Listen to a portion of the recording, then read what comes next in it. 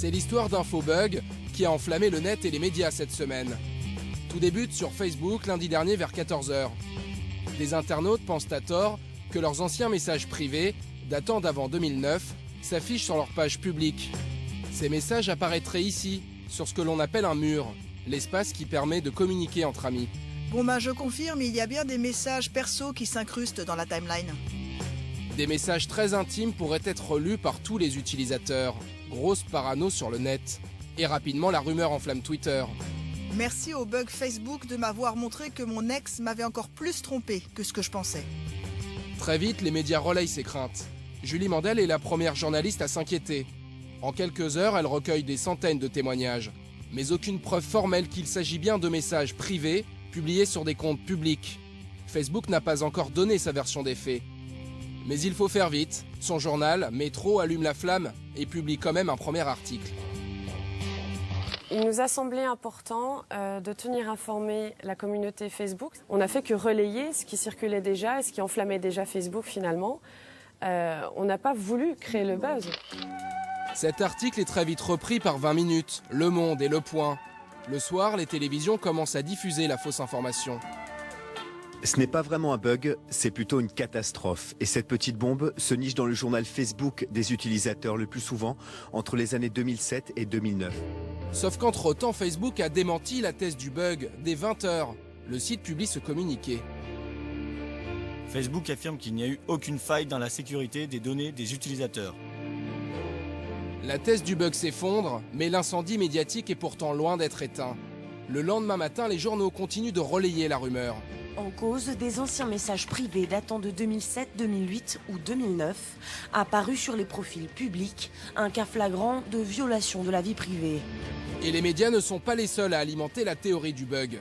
Le gouvernement participe aussi à l'emballement. Celle qui gère le dossier depuis son ministère, c'est elle, Fleur Pellerin, chargée de l'économie numérique. Elle met officiellement en doute l'explication de Facebook. J'ai eu la direction de Facebook France en ligne et pour l'instant je trouve que leurs explications sont assez légères. Je crois qu'il est très important pour Facebook de ne pas se contenter d'un petit communiqué de presse pour dire qu'il n'y a pas de problème, mais au contraire qu'il y ait vraiment une transparence sur ce qui s'est produit aujourd'hui, s'il y a vraiment eu un problème de protection des données personnelles ou pas.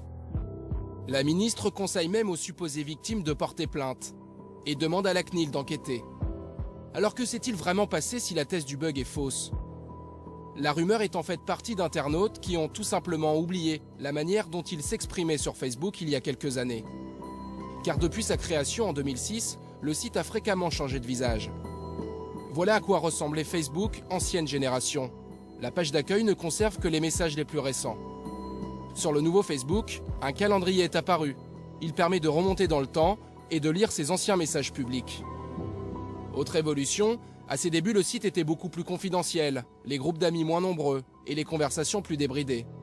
Aujourd'hui, sur mon Facebook, j'ai des clients, j'ai des cousins éloignés, j'ai des anciens professeurs, j'ai des gens avec qui je n'ai pas la même proximité. Aujourd'hui, on va avoir des messages qu'on va penser privés parce qu'on se dit « j'aurais jamais dit ça sur Facebook ». Mais en fait, on l'a dit parce qu'à l'époque, on n'était pas dans le même contexte. Au final, les médias ont mis plus d'une journée à ouvrir les yeux. Leur erreur ? Avoir relayé trop rapidement et sans preuve les craintes des internautes. Je pense que la presse s'est plantée en général, qu'on a trop écouté Métro et qu'il y a une tendance au suivisme dans le web qui peut être dangereuse. Mais en même temps, on n'avait pas les outils pour vérifier. Dans cet emballement médiatique, certaines télés ont même fait témoigner des internautes persuadés d'être victimes de Facebook. Nous avons nous aussi rencontré l'un d'entre eux. Il s'appelle Jérôme, il est inscrit sur le site depuis 5 ans et ne souhaite pas être reconnu. 48 heures après les démentis du réseau social, Jérôme continue pourtant à croire à la thèse du bug. Il n'a plus confiance en Facebook. J'ai d'ailleurs failli déjà, il y a un peu plus d'un an, clôturer totalement mon compte parce que c'est, oui, pas forcément un sentiment de trahison parce que j'étais déjà sceptique. Bien que toujours utilisateur, de toute façon, je me sers de moins en moins de Facebook aujourd'hui. C'est ce que révèle l'histoire de ce faux bug. Même si Facebook n'est pas responsable, le mal est fait. Son image est écornée. Beaucoup d'internautes s'inquiètent désormais pour la protection de leur vie privée.